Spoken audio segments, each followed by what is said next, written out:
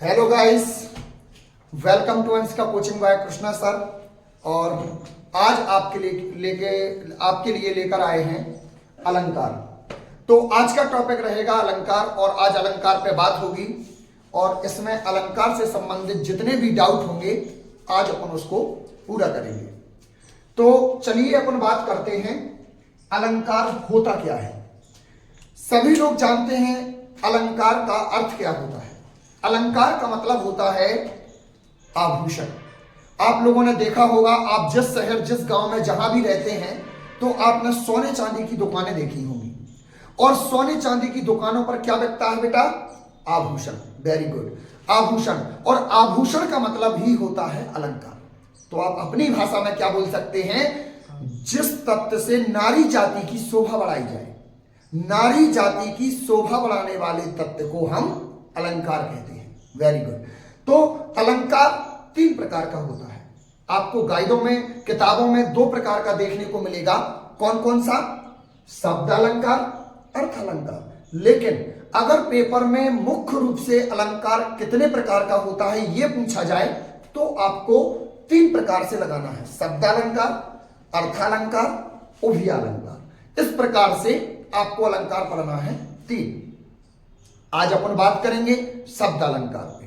तो शब्द अलंकार भी तीन प्रकार का होता है। कौन कौन सा होता है बेटा? अनुप्रास अलंकार, यमक अलंकार और श्लेष अलंकार। अनुप्रास अलंकार का मतलब होता है कि जहां पर एक ही वर्ण की आवृत्ति बनाई जाए उसे हम अनुप्रास अलंकार कहते हैं। सपोज दैट बच्चे कहते हैं सर ये वर्ण क्या होता है? वर्ण का मतलब होता है जैसे आप एक थाली लेकर आए और एक थाली में आपने ये फूल सजा दिए चारों तरफ। ये जो आपने फूल सजाए और आपसे बोला जाए कि बेटा इन फूलों की माला बना दो। क्या बना दो? फूलों की माला।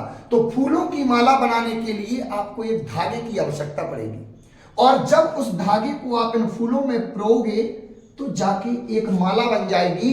इस प्रकार इन वर्ण में जब आपने इसकी माला बनाई तो ये मिलकर क्या बन गया बेटा? वर्णमाला। इस प्रकार वर्णमाला शब्द की उत्पत्ति होती है और जहां पर एक ही वर्ण की आवृत्ति बार बार होती है उसे हम अनुप्रास अलंकार कहते हैं। जैसे रघुपति राघव राजा राम, रा शब्द की उत्पत्ति बार बार हुई है। चारु चंद्र की चंचल किरणें वो खेल रही थी जल थल में, चार शब्द की उत्पत्ति हुई है। रघुपति राघव राजा राम, चारु चंद्र की चंचल किरणें, ये दो उदाहरण में से कोई भी उदाहरण आप अनुप्रास अलंकार में दे सकते हैं। अब हम दूसरे अलंकार की अगर बात करें तो वो है आपका यमक अलंकार। हम यमक अलंकार में अगर जाएं तो कुछ परिभाषाएं मिलती जुलती रहती हैं। जैसे यमक अलंकार, यमक अलंकार का मतलब होता है जहां पर दो शब्द आए एक जैसे लेकिन उनका अर्थ अलग अलग हो उसे हम यमक अलंकार कहते हैं। मतलब कि जैसे कनक कनक तय सौगुनी मादकता अधिकाय या खाए बोराय जगबा पाए बोराय। मतलब कि यहां पर आपको कनक और कनक दो बार देखने को मिला, लेकिन एक कनक का अर्थ है आपका सोना और दूसरे कनक का अर्थ है आपका धतूरा। तो सोना और धतूरा दोनों का संबंध एक दूसरे से अलग अलग है। इस प्रकार हम कह सकते हैं कि कनक कनक ते सौगुनी मादकता अधिकाय या खाए बोराय जगबा पाए बोराय। ये आपको यमक अलंकार में बताना है। तीसरे नंबर पे आता है श्लेष अलंकार। श्लेष अलंकार का मतलब होता है जहां पर दो या दो से अधिक शब्द आए और उनका अर्थ भिन्न भिन्न हो। यहां बताना है आपको अर्थ अलग अलग हो, शब्द एक जैसे हो, अर्थ अलग अलग हो, वो आपका यमक है। लेकिन यहां दो या दो से शब्द अलग अलग आए और उनका अर्थ भी भिन्न भिन्न हो उसे हम क्या कहते हैं? श्लेष अलंकार। जैसे रहीम जी ने अपने दोहे में कहा है, रहीमन पानी राखिए बिन पानी सब सून और पानी गए ना उबरे मोती मानस सून। इस प्रकार से हम कह सकते हैं कि रहीम जी ने अपने दोहे में जो ये 3 शब्द कहे, मोती,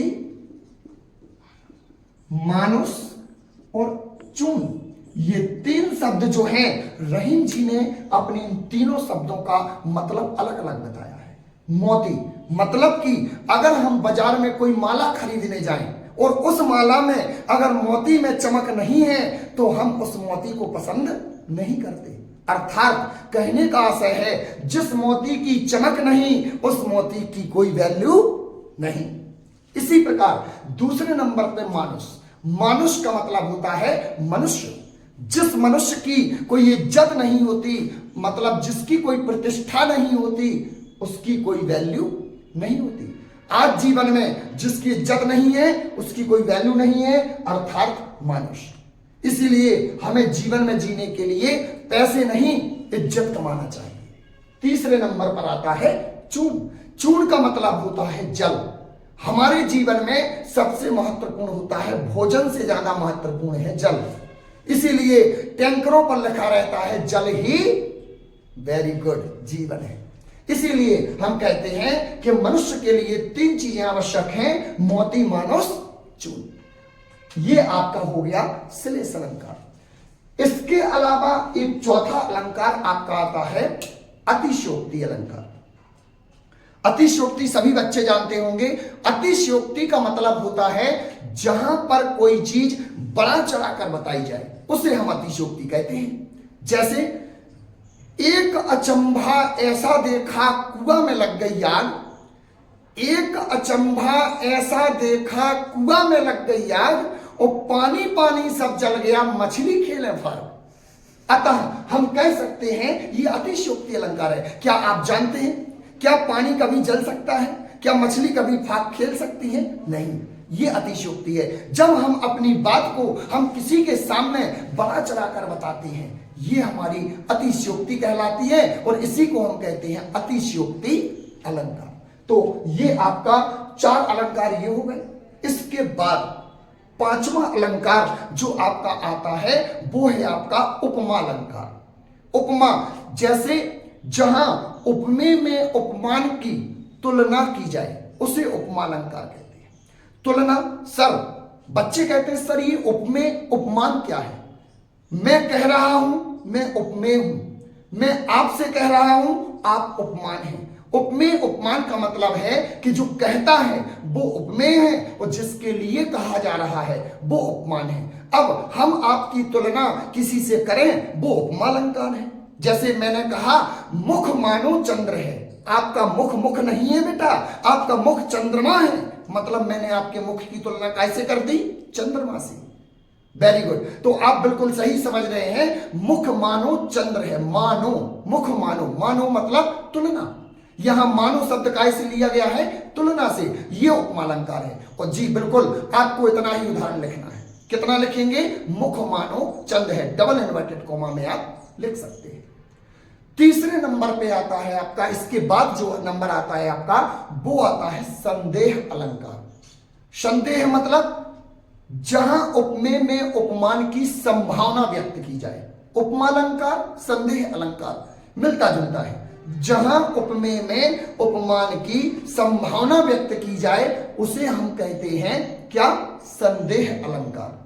जैसे मुख ही क्या है? मुख मानो चंद्र है, ये आपने उपमा में बताया था। मुख ही चंद्र है, आरोप भी प्रत्यारोपित होता है। यह रूपक अलंकार का भी उदाहरण आप ये दे सकते हैं, क्योंकि रूपक और संदेह, संदेह में क्या किया जाता है? संदेह में होता है संदेह, मतलब राम है या श्याम है, गोपाल है या कृष्ण है। जब एक ही चेहरे के 2 व्यक्ति होते हैं और जिसको पहचानने में हमें किसी प्रकार का संदेह हो जाता है वो संदेह अलंकार होता है। लेकिन जब हम किसी पर आरोप लगा दें, जबरदस्ती आरोप प्रत्यारोपित करें, वह आपका रूपक अलंकार है।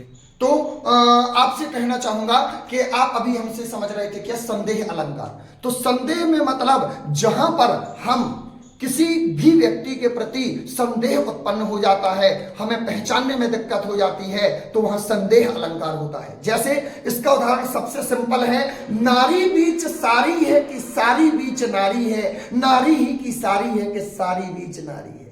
आप ये वाला उदाहरण भी दे सकते हैं। इस उदाहरण में आप संदेह अलंकार लिख सकते हैं। इसके अलावा रूपक अलंकार में जहां उपमेय में उपमान का आरोप प्रत्यारोपित किया जाए, जहां उपमेय में उपमान का आरोप प्रत्यारोपित किया जाता है उसे हम रूपक अलंकार कहते हैं। और रूपक अलंकार का उदाहरण है मुख ही चंद्र है। मतलब यहां में आपके मुख मानो चंद्र नहीं, मुख ही चंद्र है। जैसे मैं कहूं ये कुर्सी नहीं सिलेंडर है, कुर्सी नहीं सिलेंडर है, तो क्या आप कुर्सी को सिलेंडर मान लेंगे? जी नहीं। क्यों? क्योंकि वो कुर्सी है। अब हम आपसे कहें आपका मुख नहीं है, ये चंद्रमा है, तो क्या वो चंद्रमा हो जाएगा? क्या चंद्रमा पृथ्वी से निकलता है कि आसमान से? जी नहीं। तो आप बिल्कुल सही समझ रहे हैं। मतलब इसमें जबरदस्ती का आरोप प्रत्यारोपित किया जाता है, इसलिए हम कहते हैं मुख मानो चंद्र है। ये आपका रूपक अलंकार हो गया। और अलंकार से रिलेटेड जो 8वीं 9वीं और 11वीं में क्वेश्चन आना है ये हो गए। इसके अलावा कुछ अलंकार हैं जैसे ब्याज स्तुति और ब्याज निंदा। ब्याज स्तुति ब्याज निंदा अलंकार भी बहुत आता है। इसके बाद उत्प्रेक्षा अलंकार आता है, मानवीकरण अलंकार आता है, पुनरोक्ति प्रकाश अलंकार आता है। ये सारी परिभाषाएं आपको गाइडों में किताबों में मिल जाएंगी। अगर किसी बच्चे को कुछ समझ में नहीं आता है तो वो हमें कमेंट करके बता सकता है। कमेंट में वो वीडियो बना के मैं आपको डाल दूंगा और बहुत इजी है। लेकिन बच्चों ध्यान रखें, जो भी पेपर में अलंकार आएगा आपको उसको विद उदाहरण के लिखना है। अगर हम अलंकार को परिभाषा आती है और उसका उदाहरण नहीं देते हैं तो निश्चित रूप से जो अंक निर्धारित किए गए हैं उसमें आपको हाफ नंबर मतलब आधे नंबर आपको मिलेंगे। इसलिए अलंकार की परिभाषा हम विद उदाहरण ही देंगे, बिना उदाहरण के अलंकार की परिभाषा नहीं देंगे। आप मुझे ऐसे ही सपोर्ट करिए, लाइक करिए, सब्सक्राइब करिए, बेल आइकन पर क्लिक करिए और आपको ऐसे ही नए नए वीडियो डेली आपको मिलेंगे और जो भी नया वीडियो आएगा उसका आपको नोटिफिकेशन मिलेगा। जय हिंद दोस्तों।